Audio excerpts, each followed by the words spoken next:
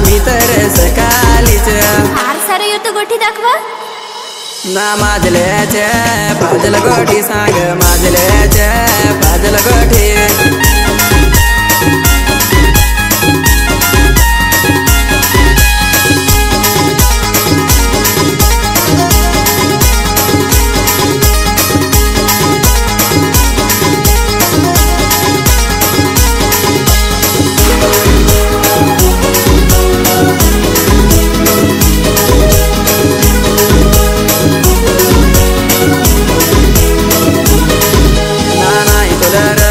खाटी ताडी भाऊ